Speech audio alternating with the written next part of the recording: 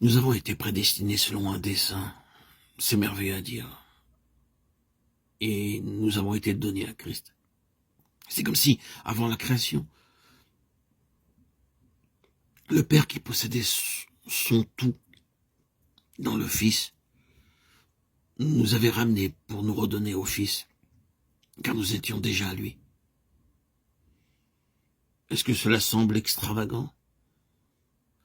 C'est ce que nous avons dans les Écritures. Avez-vous lu le 17e chapitre de Jean? Quelle est la chose qui est récurrente dans ce chapitre? Souvent nous lisons ce que tu m'as donné. Et dans un autre passage, il dit, tout ce que le Père me donne viendront à moi. Jean 6, 37. C'est immense dans son implication. Ce sont les conseils éternels, c'est le mystère de l'Évangile. Bien qu'il soit dit que ce mystère, ce secret est maintenant révélé, qui parmi nous est parvenu au plus profond de ce qu'il signifie? Je doute que quelqu'un parmi nous y parvienne dans cette vie, mais quoi qu'il en soit, un accès nous y est accordé d'en haut. Ce mystère de l'Évangile est tellement infini et insondable. Mais dans l'Écriture, des faits sont relatés concernant un peuple donné à Christ, dans la préconnaissance de Dieu.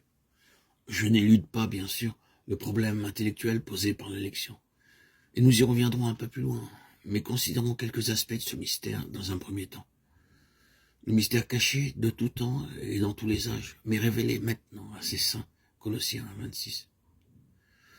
La première chose au sujet de ce mystère, la merveille de l'Évangile, le secret de Dieu, qui était caché dans les âges passés, c'est qu'il est maintenant connu, proclamé. Cela surprend notre imagination, mais c'est ainsi, et nous ne pouvons que le mentionner. Paul déclare, car je vous annonçais tout le conseil de Dieu, sans en rien cacher. Acte 20, 27. Et à la fin de la lettre aux Éphésiens, Paul réclame la prière des croyants pour qu'il me soit donné, quand j'ouvre la bouche, de faire connaître hardiment et librement le mystère de l'Évangile. Éphésiens 6, 19. Qu'il puisse être capable d'ouvrir sa bouche, qu'il ait la hardiesse pour en parler. Est-ce que cela ne nécessite pas beaucoup de hardiesse pour dire des choses comme celle-là? Considérons où une telle prédication a conduit Jésus-Christ. Voyons où ils l'ont mis. Toutes choses sont résumées en Christ. Allez, dites cela à des musulmans et vous verrez ce qu'ils vont vous dire. Vous avez besoin de hardiesse pour déclarer cela à ceux qui n'ont pas vu. Malgré ces difficultés, l'apôtre est préoccupé par la proclamation du plein conseil du mystère de Dieu. La proclamation du mystère est essentielle, quoique divinement préordonnée. Cette proclamation nous amène à considérer une autre question. Si le conseil éternel est prévu, prédestiné, préordonné, alors pourquoi proclamer l'Évangile? Cela doit sûrement se produire si Dieu l'a décidé. Si tout est défini et préordonné, pourquoi le proclamer?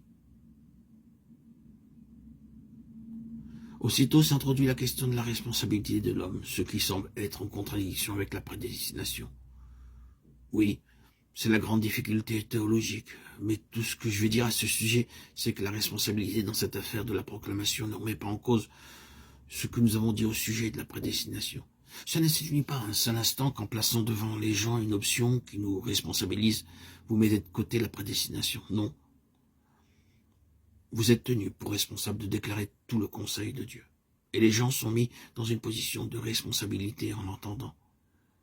Une vérité ne neutralise pas l'autre. Responsabilité et prédestination vont de pair. Il en est de même dans la prière. Si Dieu sait qu'il va faire ceci ou cela, pourquoi prier? Est-ce que cela changera quelque chose?